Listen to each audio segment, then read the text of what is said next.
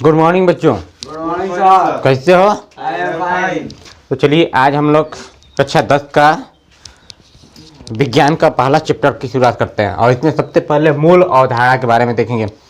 तो इसको पढ़ने से पहले आपको ये जानना जरूरी है कि किसी भी तत्व का संयोजकता कैसे निकालते हैं और साथ में उसकी आक्सीकरण संख्या भी ज्ञात करेंगे। तो इसके लिए आपको ज़रूरत होगा कुछ तत्वों के नाम याद करना। ठीक है, तो अगर आपने 20 तक या 30 तक के तत्वों के नाम नहीं याद किए हैं तो उनको जल्द से याद कर लीजिए। ठीक है, मैं आपको मोबाइल की स्क्रीन पर इन तत्वों के क्रम से 1 से लेकर 20 तक के तत्वों के नाम लिख दूंगा। दिखाई दे रहा होगा आपको। देखिए, सबसे पहले आप क्या करते हैं, हम ये देखते हैं कि संयोजकता कैसे निकालते हैं। उसी के आधार पर आप पहले अध्याय जो कि रासायनिक अभिक्रिया एवं समीकरण दिखाई दे रहा है, इसको आसान से पढ़ सकते हैं। ठीक है, क्योंकि जब कहा जाता है कि किसी भी तत्व के आपस में क्रिया करने या यौगिक बनाने से उनका निर्माण कैसे होता है, तो उसके लिए आपको जरूरी है संयोजकता को कैसे निकालें, संयोजकता कैसे पता करें। यदि आप संयोजकता जानेंगे तभी आप दो तत्वों का आपस में क्रिया करके किसी यौगिक का निर्माण कर पाएंगे। तो सबसे पहले आप देखिए संयोजकता कैसे निकालते हैं। मैं यहाँ क्रम से कुछ तत्वों को लिखूंगा और देखते हैं कैसे निकालते हैं। 2 तरीका बताऊंगा। ठीक, पहला देखिए, उसको लुई बिंदु संरचना के आधार पर बोला जाता है और लुई बिंदु संरचना के आधार पर बनाने के लिए उसको हमें बोरबरी नियम से इलेक्ट्रॉनिक विन्यास बनाना पड़ेगा। तो बोरबरी नियम के आधार पर देखिए, बोरबरी नियम, इसको बोहरबरी कहा जाता है, नाम ऐसे ही है, बोरबरी नियम के आधार पर। और ये नियम क्या होता है, हर एक कक्षा में 2n² के आधार पर इलेक्ट्रॉन भरते हैं, जहाँ n क्या है, कोशों की संख्या। अगर n यानी कोश की संख्या 1 है तो n का मान 1 रखते हैं और पता कर लेंगे कि पहले कोश में कितने इलेक्ट्रॉन भरे जाएंगे। तो देखिए कैसे पता करते हैं। 2n² का मतलब, यदि हम n की वैल्यू 1 रखेंगे, 1 का मतलब पहला कोश, तो 1 रखोगे तो क्या मिलेगा, 2 × 1 पर 2 घात बराबर में 2। इसका अर्थ है कि पहले कोश में कितने इलेक्ट्रॉन दिए जाते हैं, 2। ठीक, इसी प्रकार से n की वैल्यू 2 रख करके देखेंगे तो ये पता चलेगा 2 × 2 पर 2 घात बराबर 2 दूना 4 दूना के 8। तो ये पहले कोश में 2, दूसरे कोश में 8। इस प्रकार से आप और भी कोशों को पता कर सकते हैं। अगर n की वैल्यू 3 रखते हो तो आपको मिलेगा 2 × 2 पर 3 घात, और इतने का मान कितना आएगा, 18। 2 दूना 4 दूना 8, इसका मान 8 है, 8 दूना के 16, 2 8 18, 18 18, 3 का मान ना 2 3 घात। ठीक है, 2 दूना 4 दूना 8, 8 दूना के 16।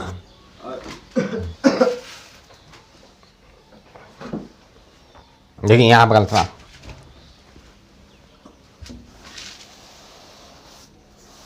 टू n² है ना, n की वैल्यू 3 रखनी है, हमने गलत रख दिया। 2 × n का मान 3 रखिए, 3 और ऊपर 2 घात, कितना आ गया, 3 3 9 दूना 18। ठीक, तो इस प्रकार से और भी लेकर के आप ज्ञात कर सकते हैं कि किसी कोश में कितने इलेक्ट्रॉन भर जाते हैं। अब देखिए तत्वों के इलेक्ट्रॉन में कैसे बनाते हैं। अगर बोरबरी नियम की बात करें तो पहले आता है हाइड्रोजन, फिर हीलियम, फिर लिथियम, बेरिलियम, बोरान, कार्बन। ठीक है, और भी देखेंगे तो हाइड्रोजन के अंतिम को हाइड्रोजन का परमाणु क्रमांक 1 होता है, यानी कि इलेक्ट्रॉन का 1। हमें 2 देना है लेकिन हमारे पास 1 इलेक्ट्रॉन है, पहली कक्षा में 1 इलेक्ट्रॉन दिया। दूसरा हीलियम, हीलियम का परमाणु क्रमांक है 2। तो इलेक्ट्रॉनिक विन्यास बोरबरी नियम के आधार पर पहले कोश में 2 इलेक्ट्रॉन 2 दे दिया, 2 इलेक्ट्रॉन था प्रथम। मतलब कि हीलियम में केवल 1 कोश होता है, इससे पता चल रहा है। हाइड्रोजन में भी 1 कोश होता है। लिथियम का परमाणु क्रमांक है 3, तो हमें पहले कोश में 2 देना होता है, फिर दूसरे कोश में 8। लेकिन मेरे पास जब पहले कोश में 2 दे दिया तो इसमें से 2 निकालिए, 1 बचेगा। तो अब दूसरे कोश में 8 न दे करके जितना बचा है उतना ही दे दिया। समझ आया? अच्छा, इसमें देखिए लिथियम में कितने कोश होते हैं, 2 कोश, क्योंकि यहाँ पहला कोश और ये दूसरा कोश। ठीक है, ऐसे क्वेश्चन पूछा जाता है कि बताइए लिथियम में कितने कोश हैं, तो आप उसका इलेक्ट्रॉनिक में बना दीजिए और देखिए कितने कोशों में भर रहा है, वही कोशों की संख्या लिथियम की कोशिका संख्या होगी। बेरिलियम का कितना होता है 4, तो इसका इलेक्ट्रॉनिक विन्यास बनाया, पहले कोश में 2 और दूसरे कोश में 2 ही देंगे, 2 बचा है तो कुल कितने इलेक्ट्रॉन होगा, इलेक्ट्रॉन का कितने कोश होगा 4। 4 का मतलब 4 नहीं, मतलब कि बेरिलियम में 2 कोश हुए, इसमें भी 2 कोश है, ठीक है। बोरान में कितने, बोरान का परमाणु क्रमांक 5, इलेक्ट्रॉनिक बना दीजिए 2,3।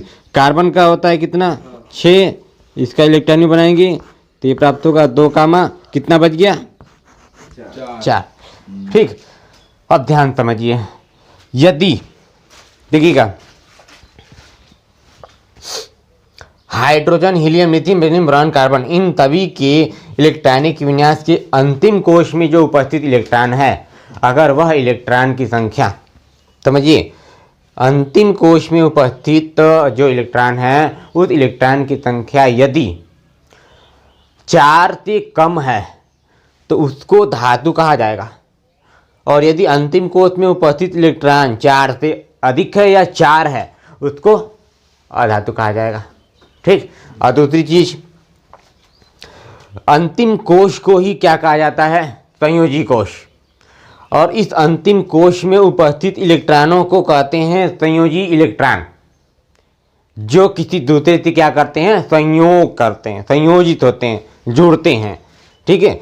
तो इन सभी तत्वों की अंतिम कोश को क्या कहा जाएगा संयोजी इलेक्ट्रॉन, संयोजी कोश, और इसी संयोजी कोश में उपस्थित इलेक्ट्रॉन को संयोजी इलेक्ट्रॉन कहा जाएगा, समझ गए।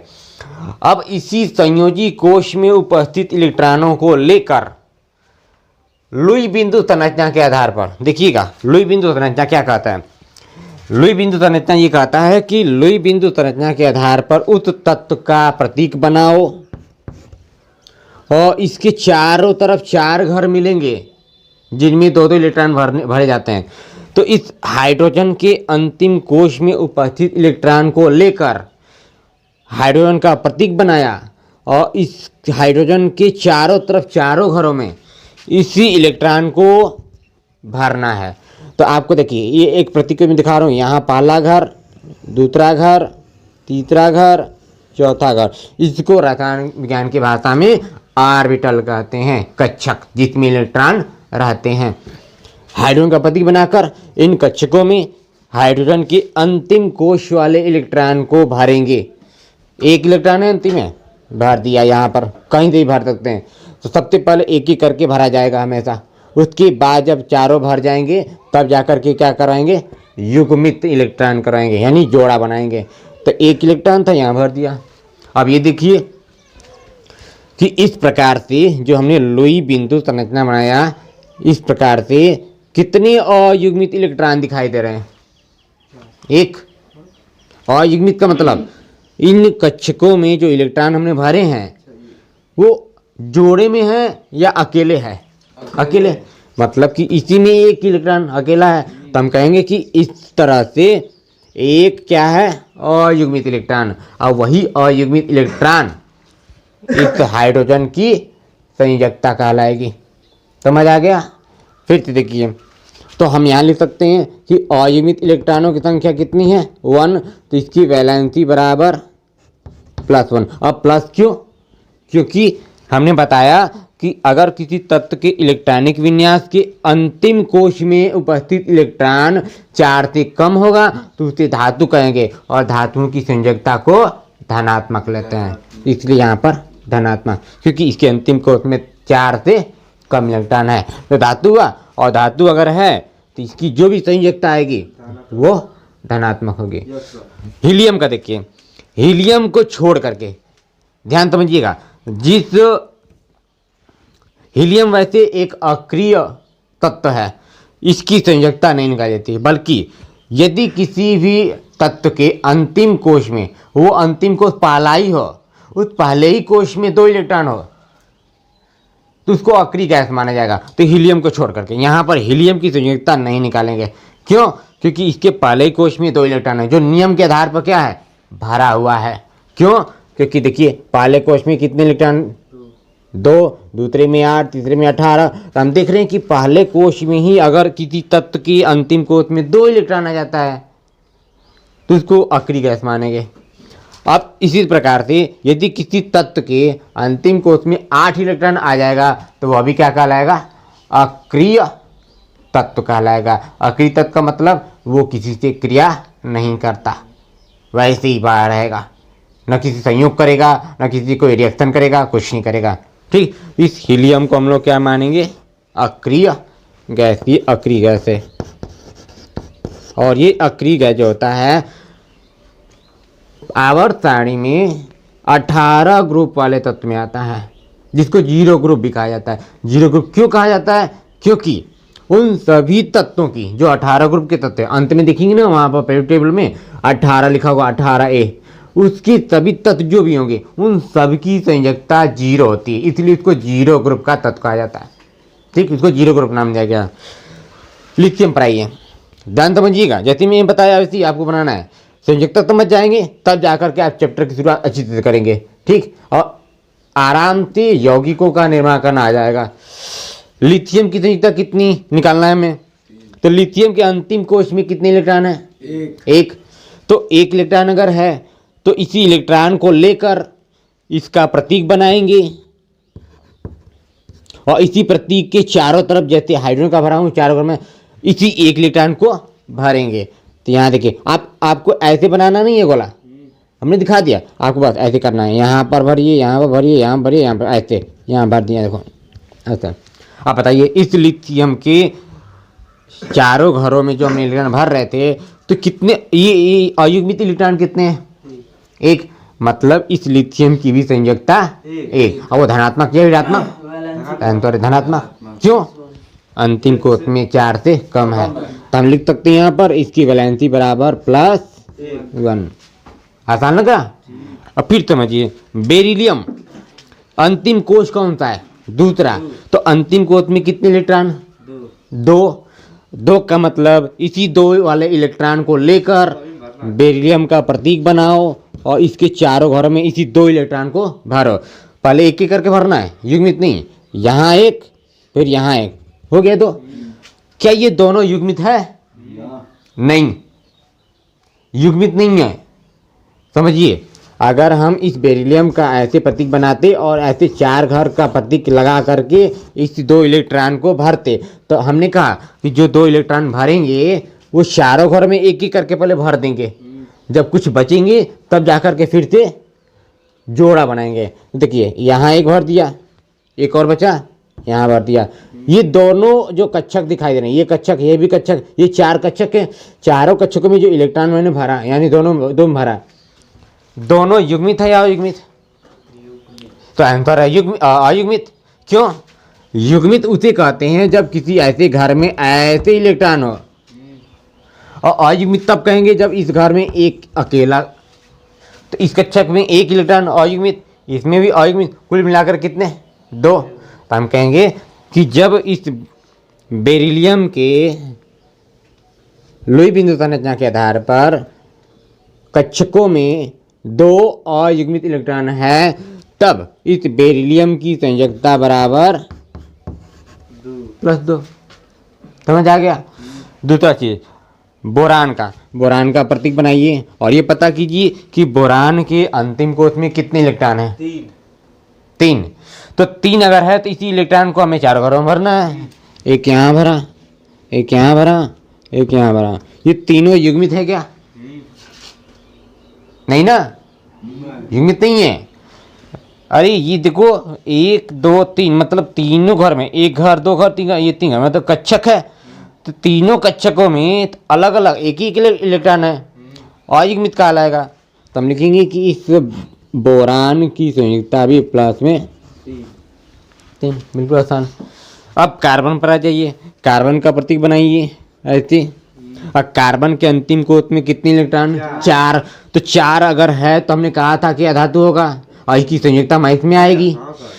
तो 4 इलेक्ट्रॉन को लेकर के इसके चारों घरों में भर दिया, एक यहाँ, एक यहाँ, एक यहाँ, एक यहाँ। चारों युग्मित है क्या? अयुग्मित है। तो अयुग्मित अगर है तो हम लिख सकते हैं इसकी वैलेंसी बराबर -4। समझ आ गया। और देखते हैं, यहाँ देखिए कार्बन के बाद क्या आता है।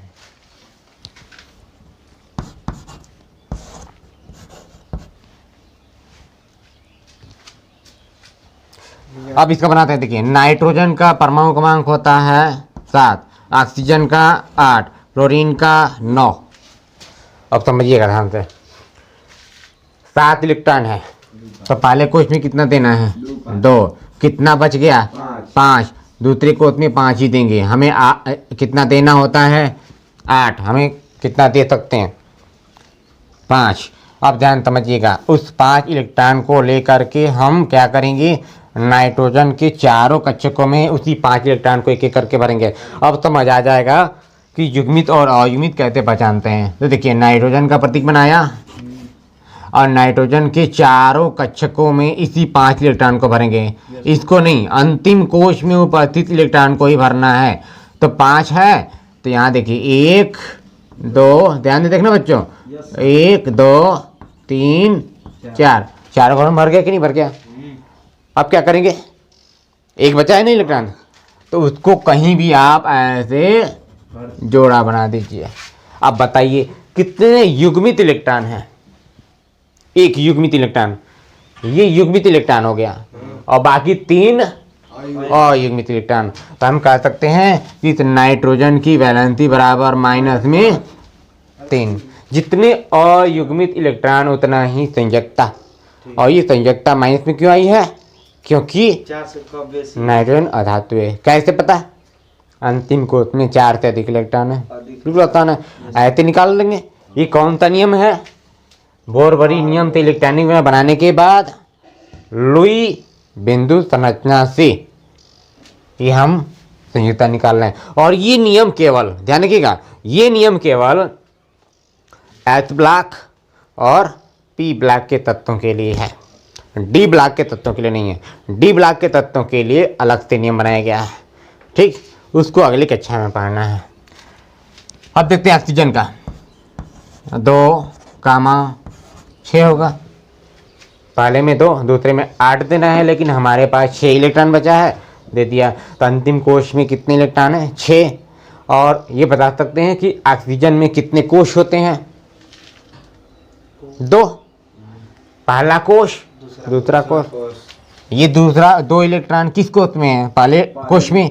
6 इलेक्ट्रॉन किस कोश में है, दूसरे कोश में। और बाकी तीसरे कोश में इलेक्ट्रॉन नहीं है, तो हम कहेंगे कि ऑक्सीजन में कितने कोश होते हैं 2 कोश।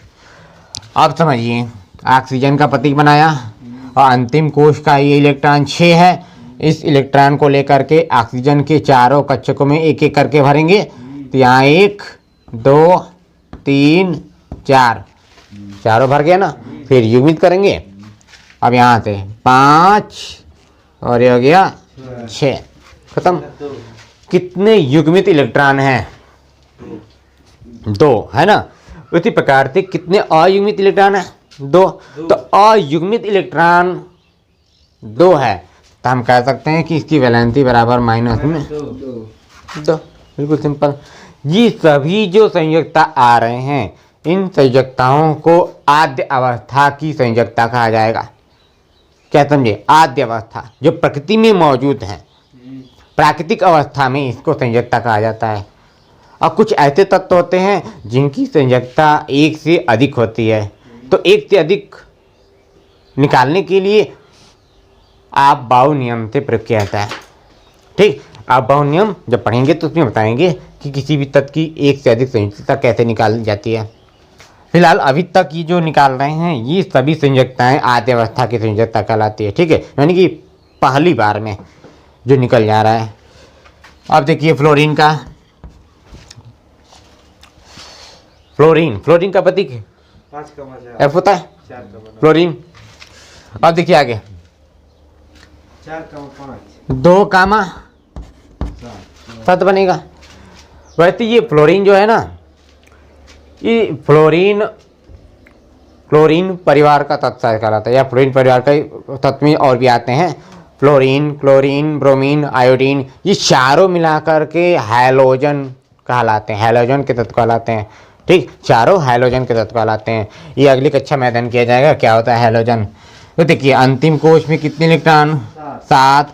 तो फ्लोरीन का प्रतीक बनाइए और इस फ्लोरीन के चारों कक्षकों में इसी 7 इलेक्ट्रॉन को भरना है। अब वैसे तो फ्लोरीन क्या है, अधातु। देखिए 1 2 3 4, अब युग्मित होगा ना, 5 6 7। कितने युग्मित इलेक्ट्रॉन, 3। और युग्मित इलेक्ट्रॉनों की संख्या 1। तो हम लिख सकते हैं इसकी वैलेंसी बराबर -1। बिल्कुल आसान है। इतना समझ में आया। अब मैं यहाँ पर क्रिया करके दिखाऊंगा। होमवर्क किए कि नहीं किए? किए ना, ठीक है। देखिए अब ध्यान समझिएगा, धातु और अधातु का आपस में क्रिया करके एक यौगिक का निर्माण करना है। तो जब धातु और अधातु का आपस में क्रिया करके उनके आयनों के आदान प्रदान से क्रिया कराया जाता है, या आयनों के आदान प्रदान से यौगिक का निर्माण किया जाता है, तो उस प्रकार के यौगिक को कहा जाता है आयनिक यौगिक। और ये आयनिक यौगिक जिस नियम से बनते हैं उनको या उस नियम को कहते हैं आयनिक बंध। देखिएगा आयनिक बंध का मतलब, ध्यान दीजिए। देखिए यहाँ पर जो मैंने लिखा है इन सब की संयुक्तता आद्य अवस्था की है। ये सभी यहाँ तक देखिए ध्यान से, यहाँ तक क्या है, यहाँ तक मेटल है। मेटल मतलब धातु। इसके बाद जो 4 5 6 7 या 4 जिसके अंतिम कोश में 4 5 6 7 8 ऐसे इलेक्ट्रॉन आ रहे हैं, वो तब क्या है, अधातु। अब इन धातुओं का कितने प्राप्त हुए हैं, हाइड्रोजन हीलियम छोड़ करके लिथियम बेरिलियम बोरान। तो हाइड्रोजन हीलियम लिथियम बोरान इनके साथ कार्बन की क्रिया करवाना है, नाइट्रोजन का, ऑक्सीजन का, फ्लोरीन का। तो समझिएगा फिर जानते, यहाँ पर मैं क्रिया करवा रहा हूँ तब आपको समझ में आएगा बढ़िया से। हाइड्रोजन की कितनी संयोजकता आई है, +1। तो इसकी संयोजकता को, जो कि आयन है, इसकी आयन को ऊपर धनावेश करके लिखेंगे।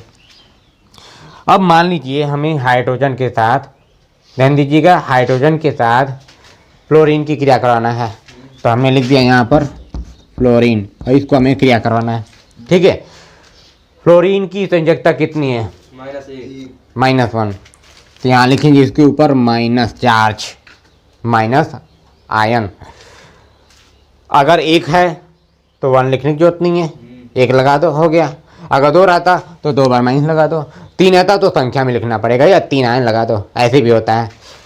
हाइड्रोजन धनावेश, फ्लोरीन ऋणावेश, मतलब 1 धनावेश 1 ऋणावेश। अब इनके आयनों को क्या करो, आदान प्रदान कर दो। तो देखो रिएक्टेंट करके हाइड्रोजन के नीचे क्या आ जाएगा, इसका 1, माइनस नहीं लगाना है।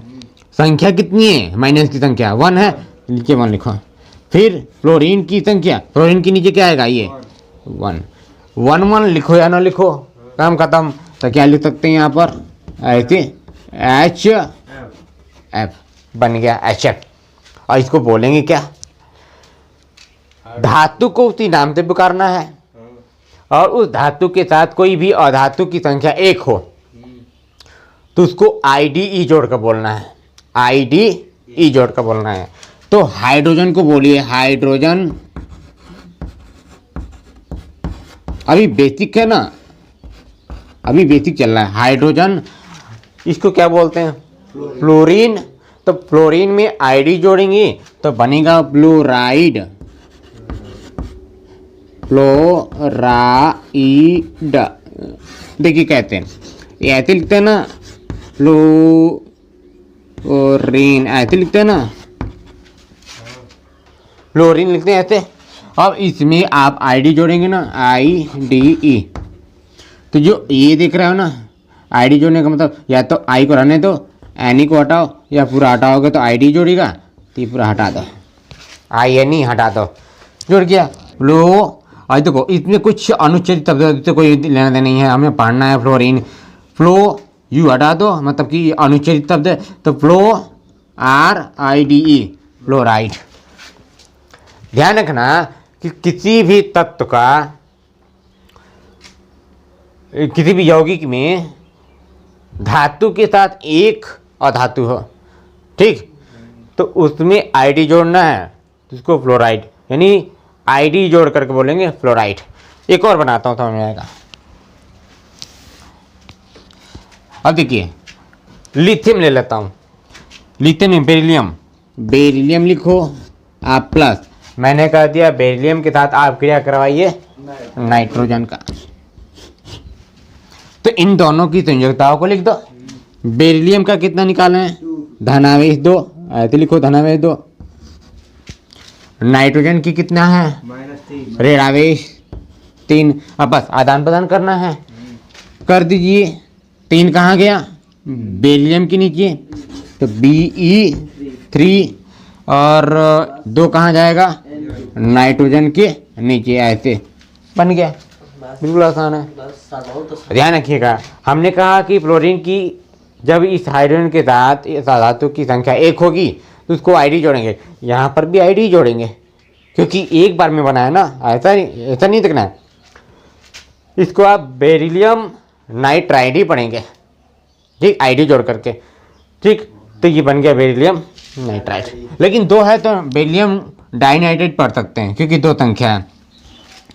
फिर देखिए अब किसका बनाए, किसी बना सकते हैं आप लोग। समझ गए तो सारा प्रोसेस, अगर समझ गए हैं तो आसान सी एस ब्लॉक और पी ब्लॉक के तत्वों की संयोजकता निकाल करके उनकी संयोजकताओं को लेकर किसी भी धातु और अधातु का आपस में क्रिया करा करके आयनिक यौगिक का निर्माण कर सकते हैं। यही मैंने काम किया था आप लोगों को, समझ आ गया। फिर देखिए और मैं बनाता हूँ। मैंने कहा कि आप बनाइए लिथियम के साथ, लिथियम के साथ किसकी, ऑक्सीजन के साथ। ये देखो ऑक्सीजन, तो हमें करना क्या होगा, लिथियम और ऑक्सीजन दोनों के संयोजकताओं को ऊपर लिखेंगे, आयनिक आयन को। तो लिथियम की है धनावेश और ऑक्सीजन की है ऋणावेश 2 को कहाँ ला कर रखेंगे, ऐसे देखिए, ऐसे यहाँ और इसको यहाँ, तो -2 आएगा Li के नीचे, ऐसे माइनस नहीं लिखेंगे 2, और ऑक्सीजन के नीचे 1 लिखो या ना लिखो चलता है, बन गया ना लिथियम ऑक्साइड। यही ना होता है बैटरियों में लिथियम। इतना समझ में आया प्रोसेस। और ये ध्यान रखना है, ये पूरा जो हमने बनाया है लुईविन संरचना से, ये सिर्फ और सिर्फ एस ब्लॉक और पी ब्लॉक के तत्वों का ही निकाला जाएगा इस नियम से, ठीक। और इस स्थिति में यह पहली बार में जो निकल कर आ रहा है संयोजकता, इस संयोजकता को कहा जाता है आद्य अवस्था में संयोजकता, प्राकृतिक अवस्था की संयोजकता। इतना समझ में आया प्रोसेस। अगर नहीं समझ में आया तो आप लोग इस वीडियो को पीछे देखिए और फिर इसको 2 नहीं 3 नहीं 4 बार रिवीजन कीजिए, बिल्कुल आ जाएगा, ठीक है। अगर आपको ये पूरी बेसिकली समझ में आता है तो लाइक जरूर करें, जिससे हमको और भी आगे वीडियो बनाने के लिए उत्साहित हों। तो फिलहाल आप लोग इसको नोट कीजिए और फिर आगे देखते हैं। उसके बाद देखते हैं रासायनिक अभिक्रिया समीकरण किसे कहते हैं, ठीक। ओके,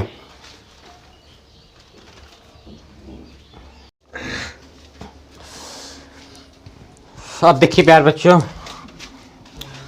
यहाँ एक और चीज़ मैं बता रहा हूँ कि किसी भी तत्व के इलेक्ट्रॉनिक विन्यास के आधार पर हम ये पता लगा सकते हैं कि वह तत्व किस समूह का तत्व है।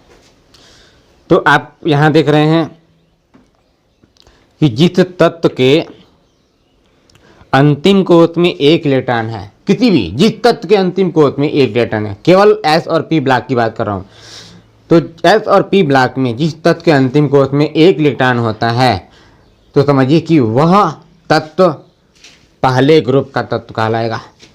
और पहले ग्रुप के जितने भी तत्व होंगे उन सबकी संयोजकता +1 होगी, ठीक। हाइड्रोजन के इस नीचे जितने भी आते हैं, जो पहले ग्रुप में आता है हाइड्रोजन, उस हाइड्रोजन के नीचे जितने भी तत्व हैं उन सबकी संयोजकता +1 होती है। यानी कि उसके अंतिम कोश में 1 इलेक्ट्रॉन है तो आप उसको बोलेंगे उसकी संयोजकता +1। जब भी किसी तत्व के इलेक्ट्रॉनिक विन्यास में, जो इस नियम से बना रहे हैं बोरवा नियम से, इस सभी तत्वों के अंतिम कोश में अगर 4 से कम इलेक्ट्रॉन है तो समझिए वही उसकी संयोजकता। जैसे हाइड्रोजन है ना, तो इसके अंतिम कोश में 1 इलेक्ट्रॉन, मतलब आप समझेंगे कि जो 1 इलेक्ट्रॉन है यही इस हाइड्रोजन की क्या कहलाएगी, संयोजकता। 3 से 4 से कम हो तब, अगर 4 है या 4 से अधिक है तो उसके लिए हमें वहाँ पर देखना पड़ता है कि कितने अयुग्मित इलेक्ट्रॉन प्राप्त हो रहे हैं, वो अलग चीज़ है। हीलियम को छोड़ दिया, लिथियम के अंतिम कोश में 1 इलेक्ट्रॉन है, समझिए कि इसका संयोजकता कितना होगा, +1 और 1 इलेक्ट्रॉन है तो हम कह सकते हैं कि यह तत्व पहले ग्रुप का तत्व है। 1 का मतलब पहला ग्रुप, 2 का मतलब दूसरे ग्रुप का तत्व, और 3 का मतलब है इधर 13वां वाला ग्रुप, क्योंकि हम एस और पी ब्लॉक की बात कर रहे हैं। आप आवर्त सारणी में देखेंगे तो इस तरह से जो बनाया गया है, वहाँ पर यहाँ लिखा है 1, यहाँ लिखा है 2, फिर यहाँ लिखा है 3, 4, 5, 6, 7, 8, 9, 10, 11 और 12, ऐसे लिखा है। ये 10 आ गए ना, और ये 2, तो पहले एस ब्लॉक में 2 ग्रुप हैं, डी ब्लॉक में 10 ग्रुप है। देखो 1 2 3 4 5 6 7 8 9 10, अब 12 के बाद आता है 13, और 13 से लेकर के 18 तक 6 ग्रुप। वो 6 ग्रुप 13 से लेकर के 18 वाले जो ग्रुप है उनको पी ब्लॉक का तत्व कहा जाता है। ठीक है, तो अगर हम इन 13 14 15 से लेकर 18 तक के गिनती में 1 को छोड़ देंगे, 1 को भूल जाएं, देखो 1 2 के बाद क्या आ रहा है, 3, फिर 4, फिर 5 6 7 8, मतलब ये 13 का मतलब 103 समझते हुए, तो 3 का मतलब इसके नीचे जितने भी तत्व होंगे, ठीक, इसके नीचे जितने भी तत्व होंगे जो कि बोरान होता है, जितने भी होंगे उन सब की संयोजकता कितनी होगी,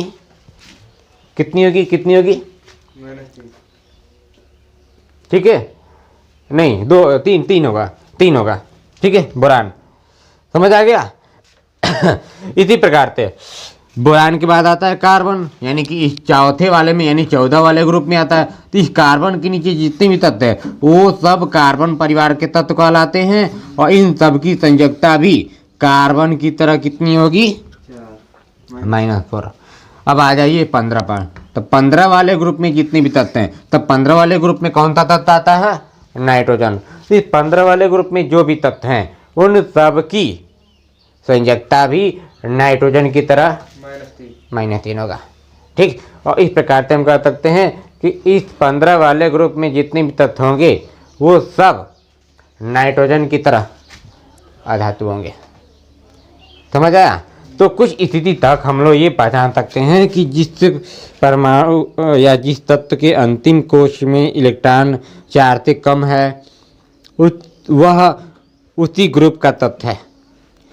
ये तो उसी ग्रुप का नहीं, मतलब कि उतना ही उसकी संयोजकता। और ग्रुप का मतलब कि जैसे 1 अगर इलेक्ट्रॉन है तो समझिए वो पहले ग्रुप का तत्व, 2 इलेक्ट्रॉन है तो दूसरे ग्रुप का तत्व। अब जब हम एस और पी ब्लॉक की बात करते हैं तो एस के बाद जब दूसरे वाले से तीसरे पर आते हैं तो वहाँ चले जाते हैं ना पी ब्लॉक में, तो पी ब्लॉक में वहाँ पर 13 है, तो 13 का मतलब 1 को भूल जाएंगे तो उसको समझेंगे ये 3 है, तो 3 का मतलब है कि उसके अंतिम कोश में 3 इलेक्ट्रॉन, और इसी इलेक्ट्रॉन के आधार पर वह 13वें ग्रुप का तत्व कहलाएगा, जिसकी सबकी संयोजकता, बोरान के नीचे सबकी संयोजकता 3 होगा, ठीक है। उसमें भी धातु अधातु देखकर चलना है। आप टेबल देख रहे होंगे मोबाइल की स्क्रीन पर, वहाँ आपको इस तरह से यहाँ कुछ लाल रंग का दिखाई दे रहा होगा, ठीक। ये अधातु हैं, और इस अधातु नहीं उपधातु, और इन उपधातुओं की दाहिनी तरफ जितने भी तत्व हैं, ठीक, वो सब क्या हैं, अधातु। और इस लाल रंग जो कि उपधातु हैं 6 प्रकार के होंगे इसमें, इन सब के बाईं तरफ जितने भी हैं सब क्या हैं, धातु है, समझ आ गया। अच्छा, अब देखिए इस तरह से ये पूरी जो हमने नियम बताया वो बोरबरी नियम के आधार पर लोई बिंदु संरचना से संयुक्ता निकालना बताया, और ये सभी संयुक्ताएं आद्य अवस्था की संयुक्ताएं हैं। इसी प्रकार से और मैं आगे कंप्लीट कर देता हूँ और आपको दिखाता हूँ कि अक्रिय गैस कौन से हैं।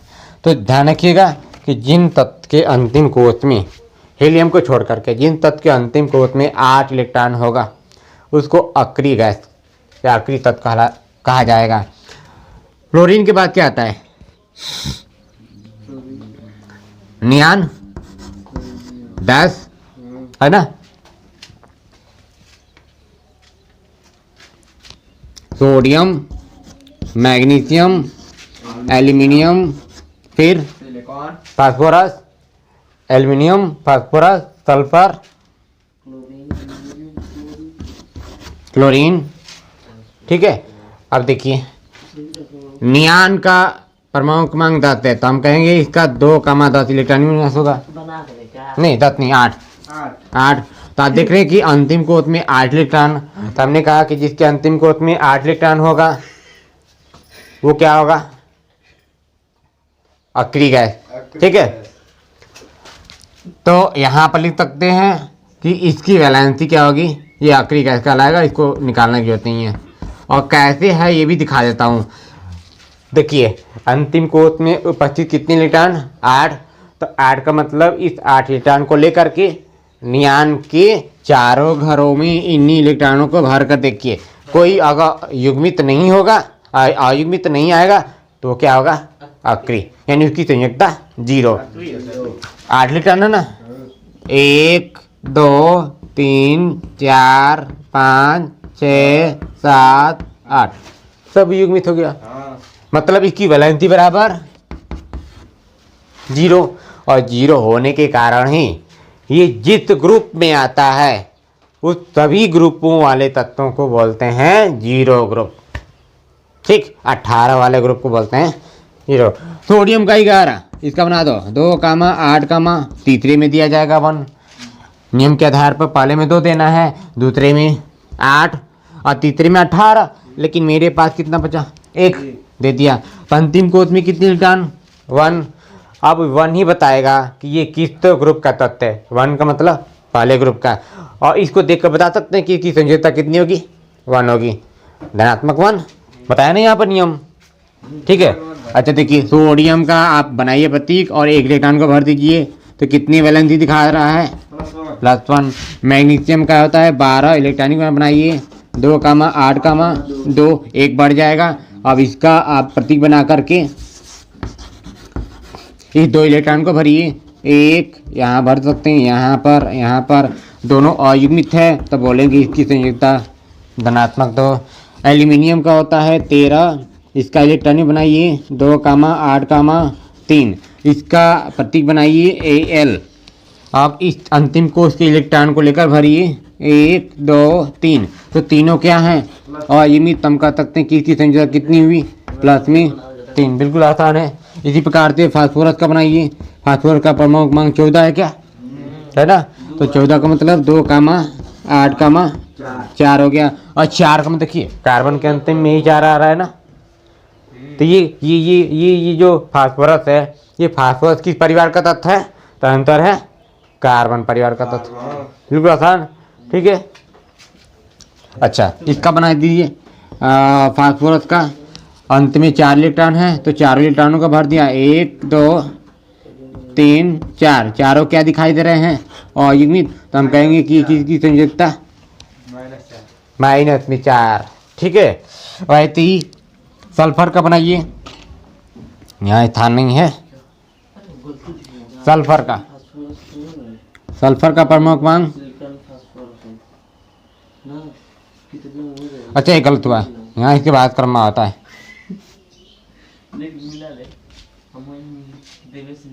एल्यूमिनियम के बाद क्या आता है? सिलिकॉन ना।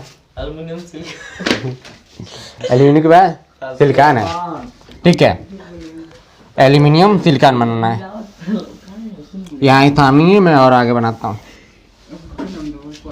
सिलिकॉन कितना? 14। तो ये हो गया 2, 8, 4। अब ये सिलिकॉन जो भी है यह भी कार्बन परिवार का तत्व कहलाएगा क्योंकि अंतिम में 4 है। तो ये हुआ 1 2 3 4, चारों अयुग्मित है तो इसकी वैलेंसी -4। समझ आया? इसी प्रकार से और भी बना सकते हैं आप, सिलिकॉन का, फास्फोरस का, सल्फर का। ठीक है। इस प्रकार से अब आप समझिए कि जो हम धातुओं और अधातुओं की संयोजकता देख रहे हैं, जिनकी संयोजकता धनात्मक है और जिनकी ऋणात्मक है।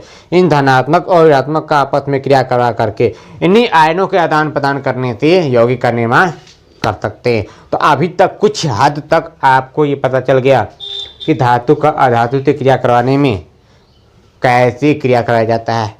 जित नियम से ये आपस में यौगिक बनते हैं उसको बोलते हैं आयनिक बंध, और इन आयनिक बंध द्वारा निर्मित यौगिक को बोलते हैं आयनिक यौगिक। समझ आ गया? अभी तक ये बेसिक था, ठीक, केवल एस ब्लॉक और पी ब्लॉक के लिए। अब यदि आप बाउ नियम से कुछ बनाया जाए तो मैंने कहा कि कुछ तत्व ऐसे होते हैं जिनकी संयोजकता एक से अधिक प्रदर्शित करती है। तो उसमें एक आता है, कौन आता है सिलिकॉन के बाद क्या आता है? फास्फोरस। फास्फोरस के बाद आता है सल्फर, फिर आता है क्लोरीन। तो आप फास्फोरस और सल्फर का बनाएंगे ना, तो सल्फर की संयोजकता इसमें 4 प्राप्त होगी। इस स्थिति में अभी 2 प्राप्त होगा, फिर आएगा 4, 6 ऐसे बनाकर देखेंगे उसको आप बाउ नियम से। इस नियम से एक से अधिक संयोजकता नहीं निकाल सकते, उसको निकालने के लिए आप बाउ नियम का प्रयोग करना पड़ता है, ठीक है। तो फिलहाल इसको आगे की क्लास में देखेंगे, और आज ये हम लोग आगे पढ़ते हैं और इसकी क्रिया करा करके पहले अध्याय को शुरुआत करते हैं, ठीक है। तो आप चाहे तो फास्फोरस सल्फर का बना सकते हैं। यहाँ इथान नहीं है, मैं इसको हटा कर बना देता हूँ। देखिए फास्फोरस का परमाणु क्रमांक है 15। तो यहाँ बनाया 2, 8, 8, 10 और 5, 15 होगा ना, 5 आएगा। तो इस फास्फोरस का प्रतीक बनाइए और 5 इलेक्ट्रॉन को भर दीजिए। देखिए कितने अयुग्मित इलेक्ट्रॉन मिल रहे हैं, 3। तो वैलेंसी बराबर माइनस में 3 -3 ना, 4 से अधिक है। फिर सल्फर का 16 बना दीजिए, 2, 8, 6। अंत में 6 इलेक्ट्रॉन, तो सल्फर के चारों तरफ 6 इलेक्ट्रॉन भर दो। 5, 6 हो गया। 2 अयुग्मित हैं, तो हम कहेंगे कि इसकी वैलेंसी -2 क्यों? आपको पता चल गया है, जिसके अंतिम कोट में 4 या 4 से अधिक इलेक्ट्रॉन होगा वो अधातु है, और अधातुओं की संयोजकता माइनस में। तीसरा चीज, सल्फर के बाद क्या आता है? क्लोरीन। इसी क्लोरीन की भी संयोजकता 4 होती है। 1 होता है, 3 होता है, 5 होता है, 7 होता है। लेकिन कैसे होता है ये इस नियम से नहीं निकाला जा सकता है, बल्कि आप बाउ नियम से निकाला जा सकता है। तो 17 का मतलब 2, 8, 7। देखो 2, 8, 7 वाला इलेक्ट्रॉनिक विन्यास के आधार पर यहाँ पे ये दिखाई दे रहा था 2, 8, 7 वाला, और कहीं दिखाई दे रहा था क्या? वैसे तो यही हमको लगता है, लेकिन 2, 8, 7 नहीं है, 2, 7 है। अंत में 7 है, यहाँ भी 7 है, ठीक है। इसका बनाइए, क्लोरीन का 17 है, 7 इलेक्ट्रॉन भरिए, 1, 2, 3, 4, 5, 6, 7। एक अयुग्मित, तो बोलेंगे वैलेंसी बराबर -1। क्लोरीन के बाद क्या आता है? आर्गन। तो आर्गन का है 18, सही है अमित? आर्गन का इलेक्ट्रॉनिक विन्यास 18। हाँ, इलेक्ट्रॉनिक बनाते हैं। देखिए क्या प्राप्त होता है यहाँ पर देखिएगा, हमने कहा कि जिसके अंतिम कोट में 8 इलेक्ट्रॉन होगा वो कौन सा तत्व कहलाएगा? अक्रिय तत्व। और ये अक्रिय गैस भी होते हैं। तो आर्गन एक अक्रिय गैस है। तो 8 और तीसरे में कितना देना होता है? 18। मेरे पास बचे हैं 8, तो मैं दूंगा 8। अंत में 8 है। अब अगर 8 को लेकर के बनाना चाहें तो देखिए क्या बनता है, 1, 2, 3, 4, 5, 6, 7 और ये 8। और इसमें कितने हैं? एक भी नहीं, होगा। तो इसकी वैलेंसी बराबर 0। तो ये क्या हुआ? अक्रिय गैस हुआ। तो मैं उम्मीद करता हूँ कि आप इसे समझ पाए होंगे, ठीक है।